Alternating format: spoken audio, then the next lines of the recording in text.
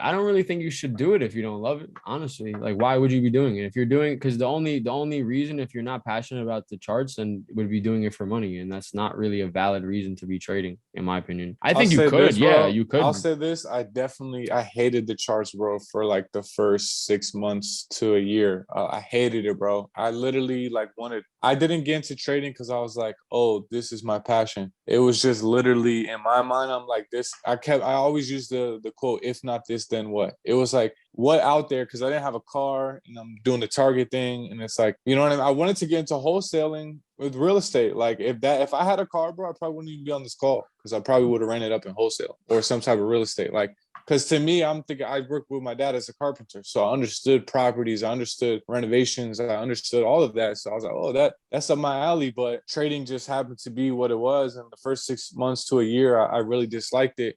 But I will say, once you start to like ingrain yourself in it day to day, then you have more of a respect for it. And then you start to appreciate it as you understand it better, you know? And like, so the more you learn, then the more you can potentially become passionate about trading. The whole, you should love what you do. I agree with. That's why I have like other passion projects. But if you get to the bag, that was always the thing for me. Like trading is Right. not my number one passion, but I knew the money that it could provide if I got fucking cold at it. Right. And that's why I'm like, that's what Yeah, we're gonna it's continue. just it's a vehicle to pursue all your passions, bro. You know, like you need to have outside passions outside of trading. I don't think it has to be your number one thing that you love. Oh, I love Facts, like you're facts, eating your cereal in the morning, like watching right, charts, but right. you definitely have to like, you have to. I mean, who wants to do something that they really don't enjoy? It's like exactly, It's not. but I feel bro, like the a lot sad of the folks that are listening to this, they're are probably in a doing. situation where it's like Jason is saying, if not this, then what? There's nothing that really has no limit. There's nothing that really requires, very little down, very little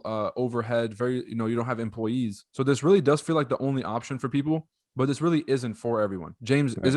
is trading for everyone? Can anyone be a trader? Can everyone be a trader? I say it all the time that everybody can, but not everybody will. It's that simple. Everybody can, but not everybody There's will. plenty of like, listen. There's plenty of ways to make money in the space outside of actually trading your own account, bro. There's EAs. There's people that will manage your funds for you. There's this. There's that.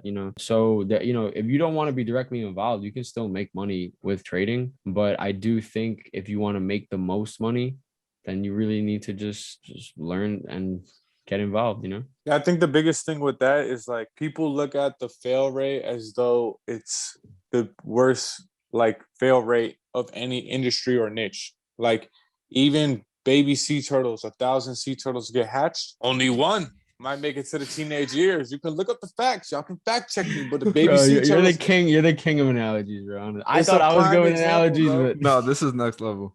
I'm just saying, so no, only that's one true sea though. turtle out of a Right, thousand is gonna make it right. to its teenage years. But we're sitting over here acting like a 90% fail rate in trading is the end of the world. It's like this Right. shit is hard. So I that's mean, why yeah, I'm more of an advocate for like, people should be like show. I get the industry is like, oh, everyone wants to, if they don't think it's possible, they don't think that it's real. But even with our FX books, bro, it's like the FX books is basically the ESPN stat line. And even that, right. people will say you can Yeah, finagle and bro. it's People say, bro, people will literally, dog. I get, anything, I bro. get every. Anything. Oh, it's not real. It's demo. I show them the fucking the screen recordings of the withdrawal. I show them a video with me on my phone, Right, right, clicking the buttons on my broker.